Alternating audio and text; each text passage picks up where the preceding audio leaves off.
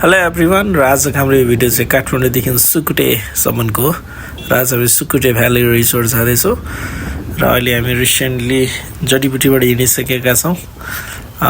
यतापट्टि हामी हेर्छौँ भने चाहिँ लेफ्ट साइडमा हाम्रो जडीबुटी सन्चोको फ्याक्ट्री छ, जहाँनिर हिजो भएको आन्दोलनले पुरै ध्वस्त पारेको हामी त्यहाँ देख्न सक्छौँ। जाँदा जाँदै एकदमै ब्याड स्मेल थियो र हामी कटेर अहिले जग्गा त्यही पुगिसकेका छौँ। अन्डर कन्स्ट्रक्सन यो बाटो धुलै धुलो, मलाई लाग्छ यो अझै बन्नको लागि 1-2 वर्ष लाग्छ। विगत 2-3 वर्षदेखि यहाँ जतिजना पनि यो बाटो हिँड्दै हुनुहुन्छ तपाईँले धुलोको शास्ति भोगिरहनु भएको छ भन्ने मलाई थाहा छ। तरै पनि हाम्रो यात्रा चाहिँ आज एकदम रमाइलो छ। हामी बनेपा पुगिसक्यौँ र हामी बनेपाबाट आज हामी लेफ्ट लाग्छौँ। हामी धुलो खेल्न नगइकन रबिओपी हाइवेबाट हामी जाँदैछौँ र यो बाटो एकदमै सर्टकट, एकैचोटि हामी 5 खाल निस्किन सक्छौँ र यहाँ हामी 5 खाल नगरपालिका समाजकल्याण चोक हामी निस्किन सक्छौँ। भित्रबाट हामी जाँदाखेरि बनेपाको एकदमै पुरातात्विक भवनहरू पनि हामी देख्न सक्छौँ, बस्तीहरू हामी यहाँनिर देख्न सक्छौँ। अलिकति अगाडि गइसकेपछि हामी उकालो राख्छौँ र जङ्गलै जङ्गल, एकदमै रमाइलो छ यो बाटो, देख्न सक्नुहुन्छ। यहाँबाट पिच रोड र बाटो अलिक साँघुरो छ, यस कारणले ठुला गाडीहरू कमै मात्रै हिँड्छन् र बाइकहरू भने चाहिँ अनि प्राइभेट गाडीहरू भने चाहिँ हामी देख्न सक्छौँ। र पिच रोड सकिसके पछाडि हामी यहाँ देख्न सक्छौँ अफ रोड आउँदछ र यो अफ रोड चाहिँ तपाईँको जस धुलीखेल नगरपालिका सुरु भइसके पछाडि अलिक अगाडिबाट चाहिँ सुरु हुन्छ र त्यस पछाडि हामी 5 खाल निस्कनुभन्दा अलिकति अगाडिबाट चाहिँ यो बाटो देख्न सक्छौँ। अलिक अप्ठ्यारो छ, त्यही भएर हाम्रो भिडियो पनि हल्लिरहेको छ। र अहिले चाहिँ हामी आइसक्यौँ 5 खाल नगरपालिका, यहाँ नगरपालिका तपाईँले देखिसक्नुभयो र अब चाहिँ समाज कल्याण चोकमा हामीहरू निस्किन लाग्यौँ। एकदमै गर्मी सुरु भइसकेको छ यो ठाउँमा। त्यहाँ जाँदै गर्दाखेरि गर्मीको आभास भइरहेको थियो, तातो हावाले हानिरहेको थियो र अगाडि हाइवे हामीले छुयौँ अरनिको राजमार्गबाट। अब चाहिँ हामीहरू जाँदैछौँ 0 किलोतर्फ र यहाँबाट अगाडि गइसके पछाडि हामी 0 किलो आइपुग्छौँ। 0 किलोबाट तपाईँको 2टा बाटो छ, एउटा मेलम्ची जानेपट्टि पनि, अर्को दोललघाट जानेपट्टि बाटो छ। हामी चाहिँ दोललघाट जाने बाटोमा लाग्छौँ यहाँबाट दायाँ लागेर, अनि त्यस पछाडि हामी बन्देउतर्फ जान्छौँ। अहिले चाहिँ हामी 0 किलो आइपुग्ने लागिसकेका छौँ र यो ठाउँ चाहिँ एकदमै रमाइलो छ। बाटो पिच छ, सुनसान छ। आज शनिबारको दिन भएर पनि होला, यस कारणले गर्दाखेरि त्यति धेरै भिड चाहिँ हामीले यहाँनिर देख्न सकेनौँ। यस कारण एकदमै रमाइलो भइरहेको थियो। अहिले चाहिँ हामी दोललघाट आइपुग्न लाग्यौँ। अब यो दोललघाटको बजारमा हामी प्रवेश गरिसकेका छौँ। अगाडि हामी दोललघाटको पुल देख्न सक्छौँ, इन्द्रावती खोला। त्यहाँनिर जुन चाहिँ दोललघाटको पुल मुनिबाट बगिरहेको मेलम्चीदेखि आएको हामी थाहा पाउन सक्छौँ। र यो चाहिँ हामीहरूको दोललघाटको पुल यो, र यो चाहिँ एकदमै यहाँ बसेर एकछिन हेर्ने भने चाहिँ रमाइलो लाग्छ। तर हाम्रो समयको अभाव कारण हामी त्यहाँनिर एउटा कार्यक्रममा पनि भ्याउनु पर्ने भएको भएर हामीहरूले त्यहाँ रोक्ने कष्ट गरेनौँ र हामी सिधै लाग्यौँ बन्देउतर्फ। हामी बन्देउ त जाँदैनौँ, त्यहाँबाट राइट लागेर हामीहरू जान्छौँ सुकुटेतर्फ। अब त्यो बन्देउबाट माथि गयो भने चाहिँ चौतारातिर हामी पुग्छौँ। चौताराको भिडियो पनि हाम्रो आउँछ केही समय पछाडि, प्रतीक्षा गर्नुहोला। हामी त्यो बाटो जाँदै गर्दाखेरि हामी खिच्नेछौँ भने। अहिले चाहिँ हामी अब सुकुटेतिर जाँदैछौँ। यहाँबाट हामी सुकुटे जानको लागि लगभग आधी घन्टा हामीलाई लाग्यो बाइकमा। र तपाईँहरू पनि गाडीमा आउन चाहनुहुन्छ भने बाटो राम्रो छ, आउन सक्नुहुन्छ। यहाँको सुनकोशी खोला किनारमा बसेर त्यहाँ धेरै बिचेसहरू छन् होइन, अनि त्यो किनारमा बसेर तपाईँले आफ्नो होलिडेहरू र भ्याकेसनहरू, त्यस्तै गरी विकेन्डहरू स्पेन्ड गर्न सक्नुहुन्छ।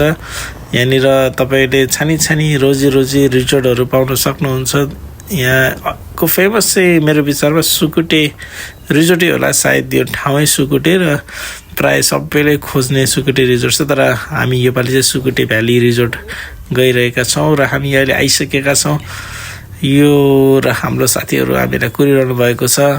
हामी पुग्दा चाहिँ लन्चको समय भइसकेको थियो, यस कारणले गर्दाखेरि भोक धेरै लागेको भएर घामघुम मासु क्राम पारेर हामीले खान थालिसकेका छौँ कारण यो पछाडि स्विमिङ गर्नु थियो कि हतार थियो त्यही भएर चाँडो खाएर चाहिँ अब हामीहरू स्विमिङमा नै जानुपर्ने छ खाना चाहिँ मिठो थियो यहाँको यम्मी हामीलाई लन्चमा चाहिँ कुखुराको मासु दिनुभएको थियो पापड चाहिँ धेरै मनपर्ने भएर लगभग 1 प्लेटै पापड हामीले लिएर आएका थियौँ र मिठो मानेर हामीले खाइरहेका थियौँ र तपाईहरु पनि भोक लागेछ नि पकाएर खानुस् है किचनमा गएर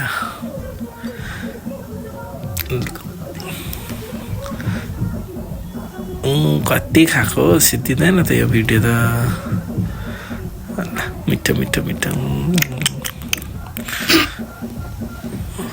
अब के गर्ने अब यस्तै माया भइसक्यो हैन अब दुवैजनाको भागको मासु चाहिँ मैले खान थालेँ मासु मिठो थियो सायद त्यो लोकलै थियो होला त्यतैतिरको यसो साइट सिइङ यहाँ भइरहेको छ हामी यहाँ माथिबाट तल चाहिँ त्यो अरण्यको राजमार्ग गइरहेको देख्छौँ भने तल्लो साइड पनि हामीहरूको सुकुटी रिसोर्टकै बाटो छ र त्यहाँनिरबाट चाहिँ हामीले मुनि खोला हामी देख्न सक्छौँ र यस पछाडि चाहिँ हामी भिडियोको लागि पोजेज दिइरहेका छौँ फोटोसोटो खिच्नको लागि र यहाँबाट चाहिँ हामीहरूको पालो आउँछ स्विमिङको लागि भिडियो आउँदैछन् तर कता आउँदैछन्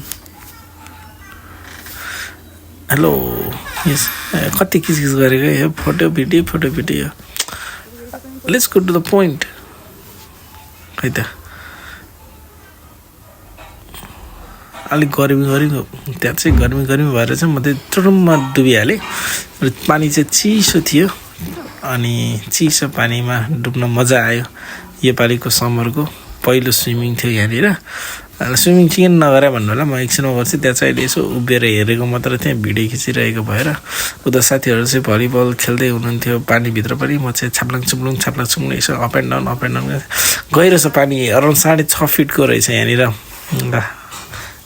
यहाँनिरको डेप्थ चाहिँ 6.5 फिटसम्म रहेछ र मजा आउँछ 6.5 फिटसम्म खेल्नको लागि यो 1 वर्ष पछाडि हाम फालेर होला सुरुमा चाहिँ अप्ठ्यारो लागिरहेको थियो खेल्नको लागि पछि चाहिँ अनि त्यसरी खेल्दै गइसकेको पछाडि मजा आयो त्यसपछि हामीले भलिबल पनि खेल्यौँ त्यहाँनिर पास गऱ्यौँ मङ्की खेल्यौँ अनि डाइभ साइभ हाल्यो यसो स्विमिङ गऱ्यौँ अनि त्यस पछाडि चाहिँ अब स्विमिङ सिक्दैछ यसो रमाइलो रिल्याक्स गर्नको लागि हामी बस्यौँ एकछिन पिङसिङ पनि खेल्यौँ अनि मिठा कुराहरू गऱ्यौँ बातचित भयो पिङ खेल्यो खेलेर पौडी खेलेर थकित भइरहेको थियो यसकारणले गर्दाखेरि एकछिन भयो भने शीतलमा हावा खायौँ अनि केही मिठो बात गरेर त होइन तर यसो फन गऱ्यो अनि त्यस पछाडि हामी गयो तल खोलातर्फ र यहाँ खोलामा चाहिँ हामीहरू यसो यही त हो नि होइन हामीहरूको ढुङ्गा त्यहाँनिर थियो यसो बनाउने अनि खोलामा हेर्ने कार्यक्रमहरू हामीले गऱ्यौँ यसो मैले जुत्ता नि पुखुल पनि गरेँ जाँदाखेरि माटो लागेको थियो यस कारणले गर्दाखेरि त्यो जुत्ता पखाल्ने काम गरेँ र जुत्ता पखालिसके पछाडि यसो साइट सिइङ गर्न थालेँ हामीहरू त्यहाँनिर यताउता टुल्ने र एकछिन पछाडि त्यहाँ ऱ्याफ्टिङको टोलीहरू आउन थाल्नुभयो र एकछिन हामीहरू उहाँको ऱ्याफ्टिङ गरिरहेको र क्याकिङ गरिरहेको दृश्यहरूलाई हामीले अवलोकन गऱ्यौँ उहाँहरू एकदमै रमाइलोसँग यो क्षणलाई ताजा बनाइरहनु भएको थियो हामीहरू चाहिँ उहाँको ऱ्याफ्टिङ हेरेर आनन्द लिइरहेका थियौँ 4वटा ढुङ्गामा आउनुभएको थियो उहाँहरू र उहाँहरूको बोटिङ हेर्दै हाम्रो चाहिँ फर्किने समय भइसकेको थियो र हामी फेरि बिचमा गएर फर्किनलाई रेडी भयौँ र यो चाहिँ अब हाम्रो अन्तिम भिडियो हामी यहाँबाट फर्किँदैछौँ काठमाडौँ।